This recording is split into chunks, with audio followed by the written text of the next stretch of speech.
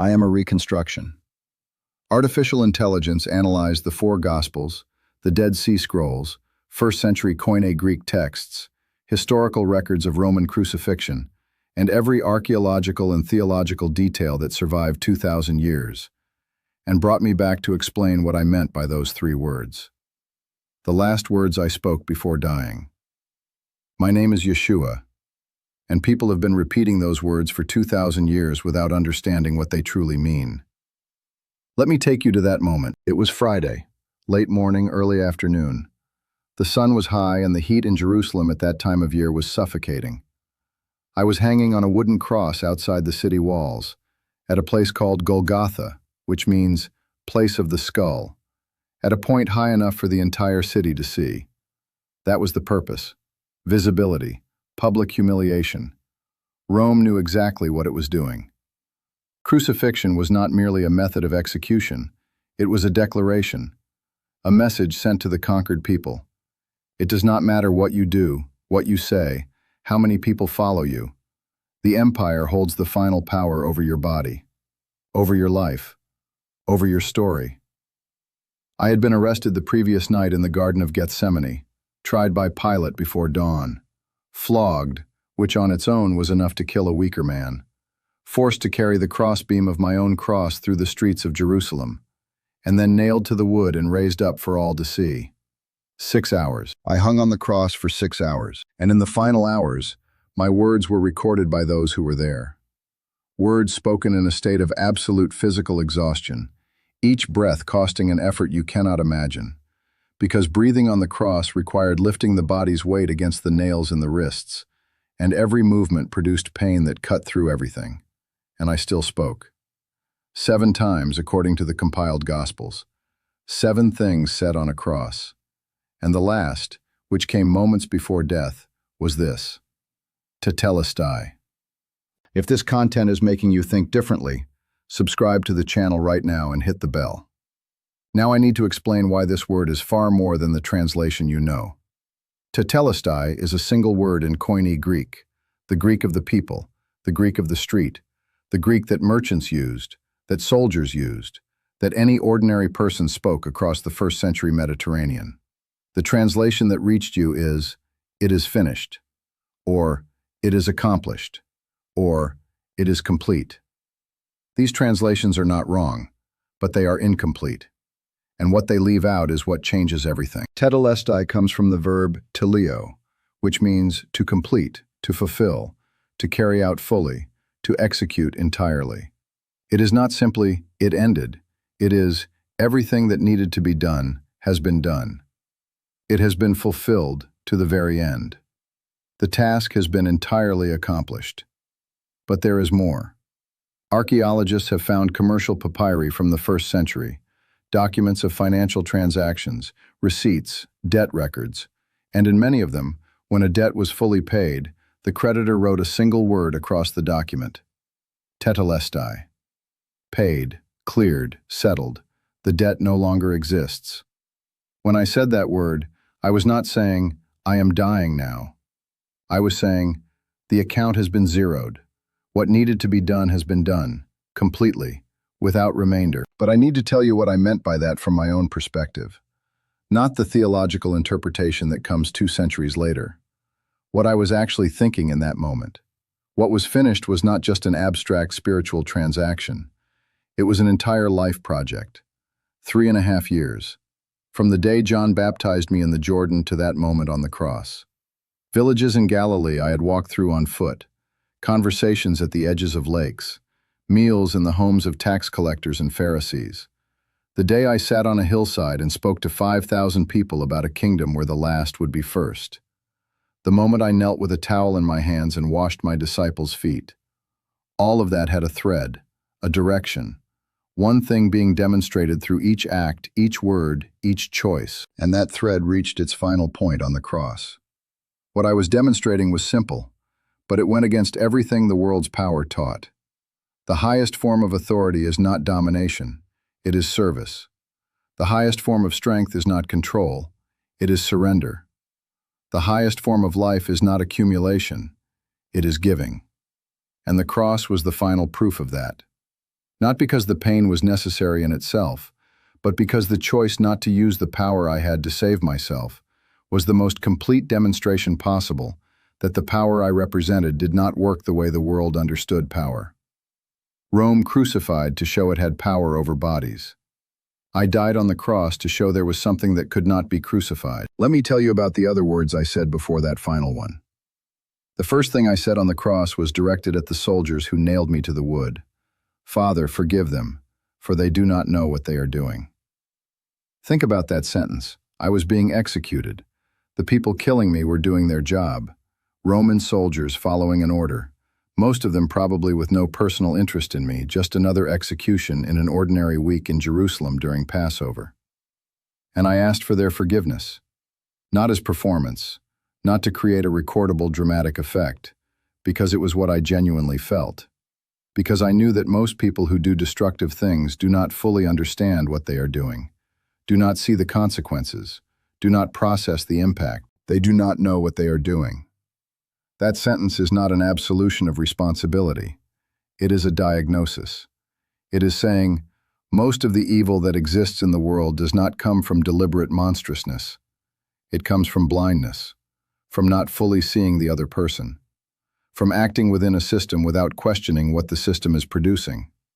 That was finished too. The demonstration that forgiveness does not wait for the other person to understand what they did, does not wait for them to ask for it, does not wait for them to deserve it.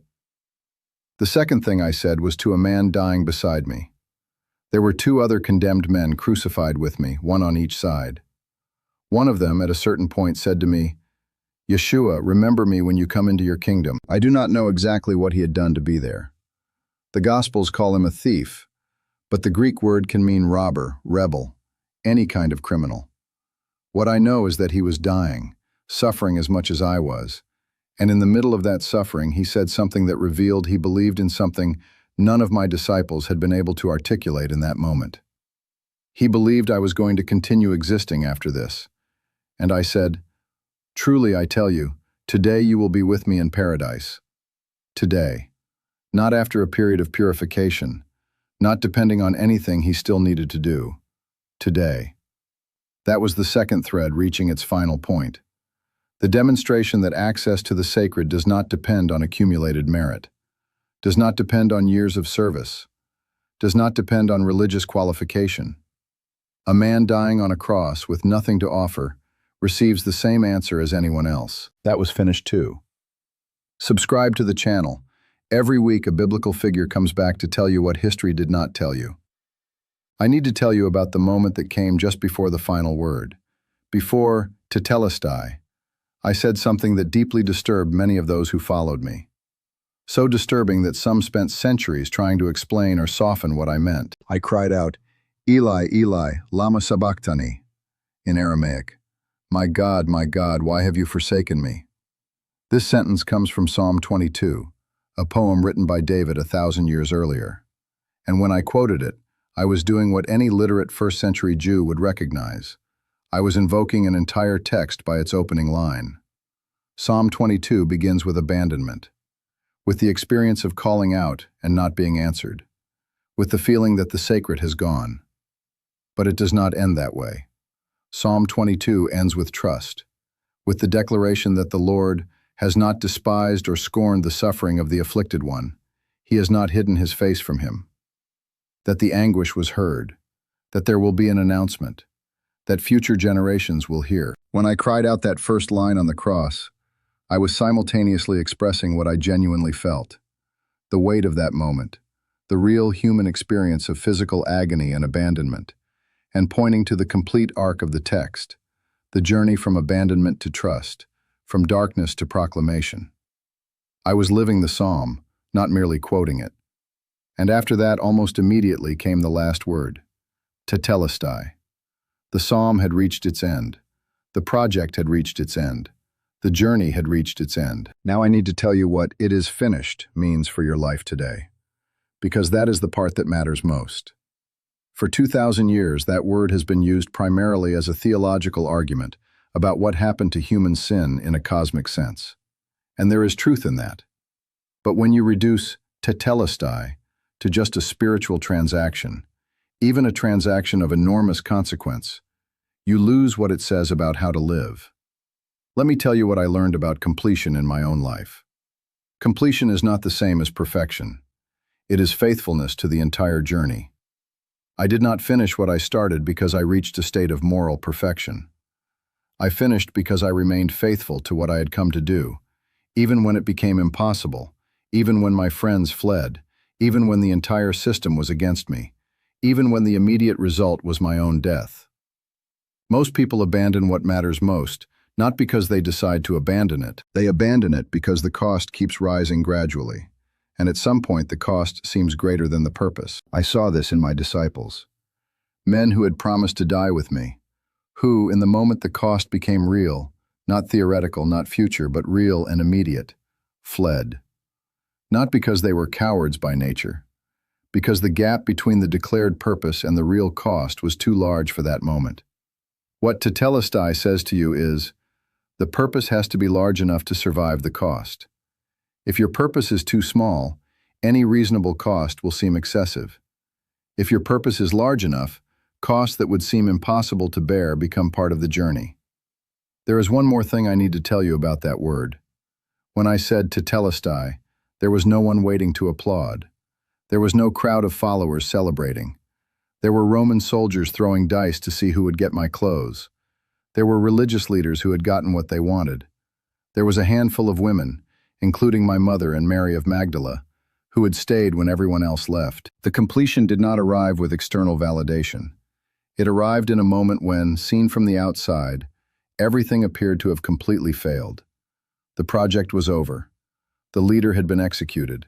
The followers had fled. Rome had won again.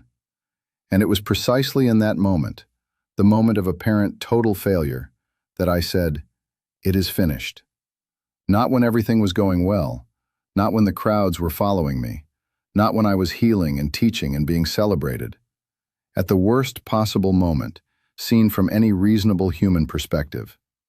This is what I want you to understand about completion. Completion is not the same as visible success, not the same as recognition, not the same as the outcome you planned. Completion is when you have fully done what there was to be done, in the way there was to do it, to the point there was to go, regardless of what the world around you was doing or saying or judging in that moment. If you made it this far, subscribe and share this video. There are people who need to hear this and have not found this channel yet. Let me finish with something few people stop to notice about that scene. After I said Tetelestai, the text says I bowed my head and gave up his spirit. In Greek, paradoken to pneuma, literally, gave the breath. Gave. That word, paradoken, from paradidomi, is the same word used when Judas handed me over to the authorities. When the religious leaders handed me over to Pilate. When Pilate handed me over to be crucified. Throughout the entire Passion narrative, I am the passive object of that action. I am handed over. I am passed from hand to hand. I am what other people decide what to do with. Except at the end. At the end, I am the one who gives. But I am not handed over to anyone. I hand over what is most mine, the breath, the spirit, the life. And the verb is active. I acted. I gave. It was not taken from me. It was given by me. That was what was finished. Not just the suffering. Not just the project, the demonstration that even in the moment when everything seems to be taken from you, when the system puts you in a position of complete powerlessness, there is something that cannot be taken. It can only be given. Life, in its deepest form, is not what you accumulate. It is what you give. And what you give completely, without holding anything back, without calculating the return, without conditioning the giving on the outcome, that is what remains. My name is Yeshua, Tetelestai, and what you do with that is the most important question of your life.